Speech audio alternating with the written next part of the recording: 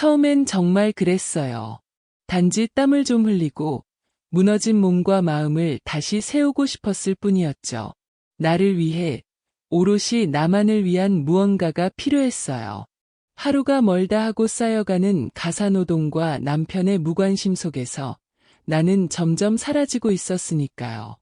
그런데 그날 그 코트 위에서 처음 라켓을 쥔 그의 손이 내 손끝에 닿았을 때 그 순간부터 무언가 이상하게 달라지기 시작했어요. 단순한 손끝의 접촉이었지만 그 안에는 미세한 전류처럼 파고드는 감정이 있었죠. 내 안에서 오랫동안 잠들어 있던 감각이 불쑥 고개를 들었어요. 그것은 명확하지도 않았고 설명할 수도 없었지만 확실히 무언가가 깨어나고 있었어요. 숨겨두었던 감정, 감각, 욕망이 조용히 문을 두드렸고 나는 점점 그것에 귀 기울이게 됐죠. 그가 던진 공을 받아넘길 때마다 심장이 뛰었어요. 공이 아니라 그가 주는 어떤 감정이 내 안을 반복해 울리는 것 같았어요. 그 라켓의 리듬은 단순히 운동의 박자가 아니었어요. 그건 마치 내 가슴 안쪽을 두드리는 어떤 메시지처럼 느껴졌어요. 격한 숨소리, 땀에 젖은 공기, 눈빛과 몸짓이 주고받는 그 기묘한 대화 속에서 나는 더 이상 전처럼 평온할 수 없었어요. 나는 그 리듬 속에서 나를 잃었고 동시에 나를 되찾은 것 같았어요. 겉으로는 아무렇지 않은 척 웃었지만 속은 이미 달아오르고 있었죠. 나는 그 순간을 멈추고 싶지 않았어요. 그 리듬이 나를 계속 휘감고 나를 흔들고 내 중심을 자꾸 흔들어 놓았지만 그것이 싫지 않았어요. 오히려 그 흔들림이 나를 살아있게 만들었죠. 안녕하세요. 황혼의 비밀 연애입니다. 구독과 좋아요, 알림 설정 부탁드립니다. 오늘은 테니스 동호회 회장과의 끝나지 않는 랠리에 관한 이야기입니다. 무심한 남편과의 공허한 일상 속에서 테니스를 통해 삶의 감각을 되찾고 그 속에서 만나게 된 위험한 감정의 파도. 그 은밀하고도 치명적인 이야기, 지금부터 함께 들어보시죠. 테니스는 원래 땀을 흘리는 운동이죠. 라켓을 들고 공을 쫓고 몸을 움직이며 체력을 길러가는 일, 하지만 제게는 그보다 훨씬 더 많은 것을 쏟아내게 만든 시간이었어요. 이름은 한은정, 신둘입니다. 결혼한 지 25년이 넘었고 아들은 군에 가 있어 집엔 저와 남편 둘뿐이죠. 남편은 늘 바쁘다는 이유로 대화를 피하고 식사 중에도 눈을 마주치지 않아요. 대답은 늘 짧고 건조했죠. 밥은 잘 됐네. 오늘 별일 없었어. 오랜만에 화장을 해도 새 옷을 입어도 그는 눈길조차 주지 않았어요. 거울에 비친 제 모습은 참 초라했어요. 얼굴은 칙칙하고 몸은 군살로 가득했고 팔은 축 처졌죠. 그런데 무엇보다 무너진 건 몸이 아니라 마음이었어요. 마치 내가 아내가 아니라 그냥 집안의 가사도우미가 된 것처럼 느껴졌어요. 무의미한 날들, 소리 없는 침묵의 공간에서 나는 점점 나를 잃고 있었어요. 그러던 어느 날 거울 앞에서 멍하니 서 있다가 충동적으로 휴대폰을 들여다봤어요. 무심코 클릭한 동네 커뮤니티에서 테니스 동호회 회원 모집이라는 글이 눈에 띄었죠. 운동으로 삶의 활기를 찾자는 문구에 어쩐지 마음이 동했어요. 그냥 정말 한 번만 나가보고 싶었어요. 남편에게 조심스럽게 말했죠. 우리 같이 운동 다녀볼래요. 하지만 그의 대답은 냉정했어요. 그런 건 혼자 해. 가슴이 철렁 내려앉았지만 그만큼 결심도 섰어요. 그래, 혼자 해보자. 누군가에게 의지하지 않고 나 스스로 다시 걸어보자. 그렇게 등록한 테니스 동호회. 처음 테니스복을 입고 거울을 봤을 때 어색했지만 묘하게 설렘이 있었어요.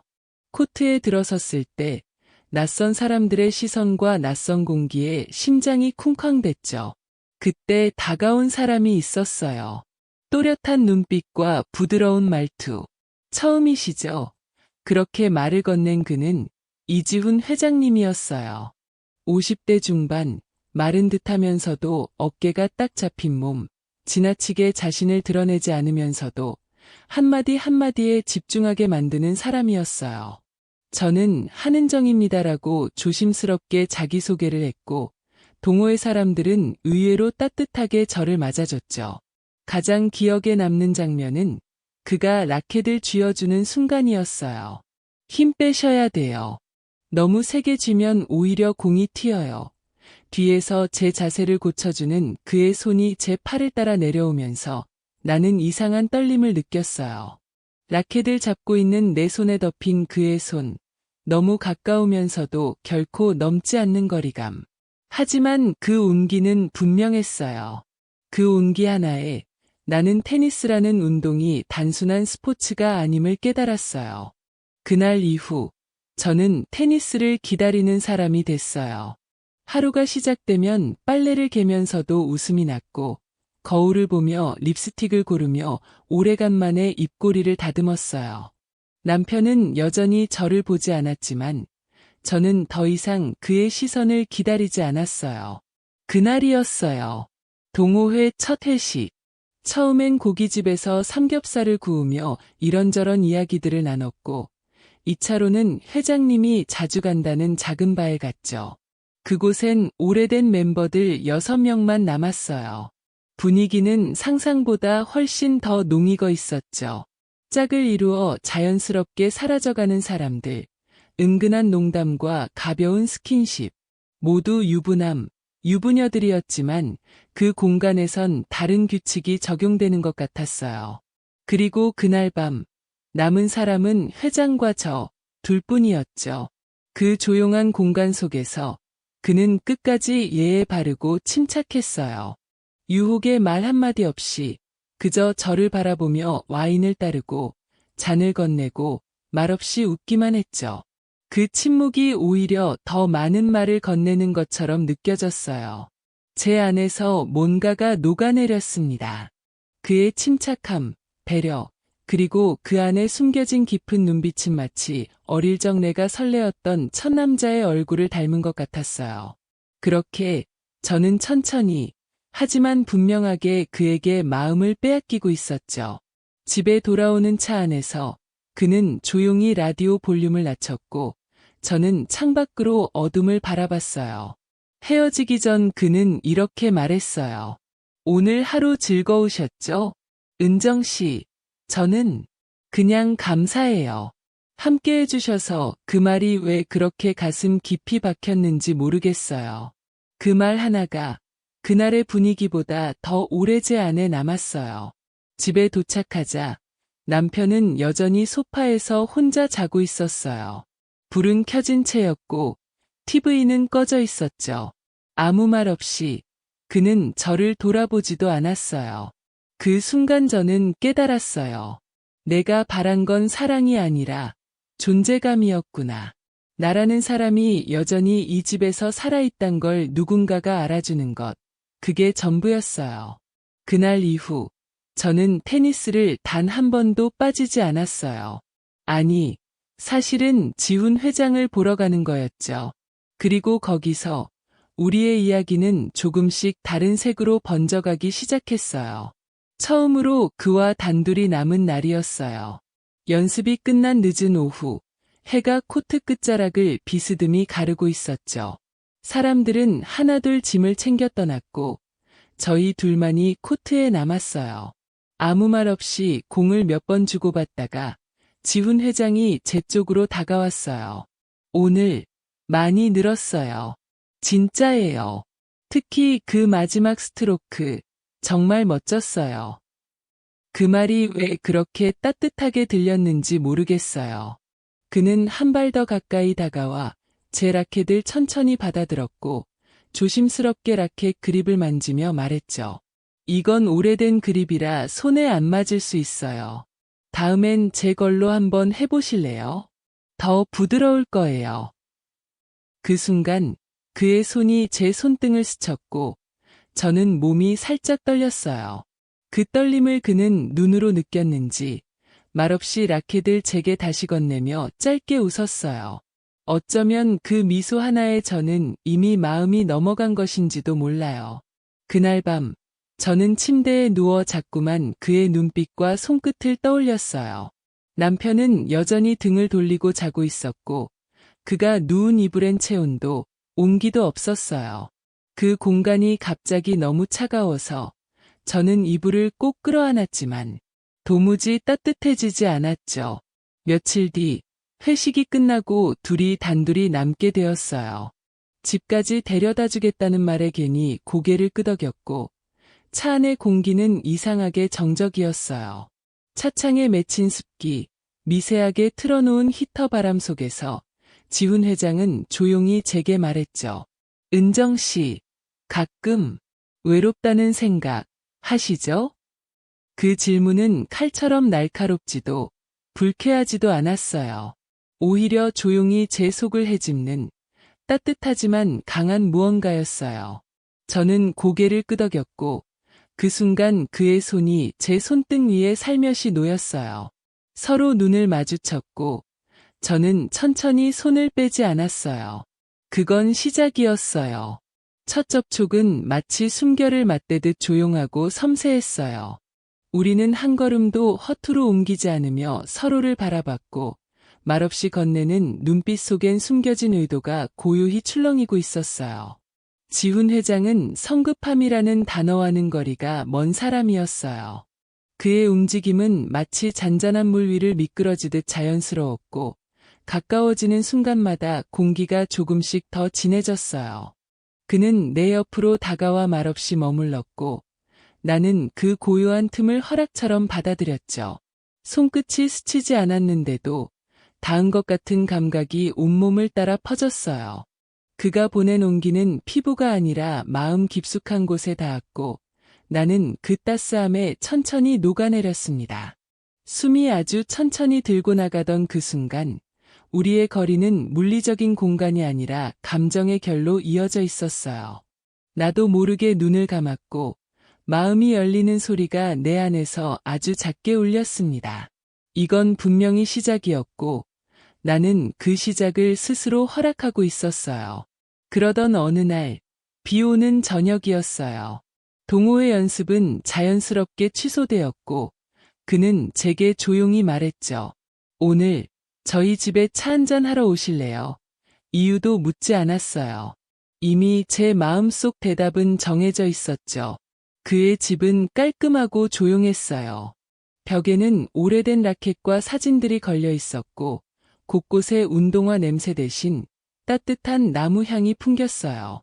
저희는 와인을 마셨고 그는 조용히 음악을 틀었죠. 잔잔한 선율 속에 저는 어느새 그와 마주 앉아 있었어요.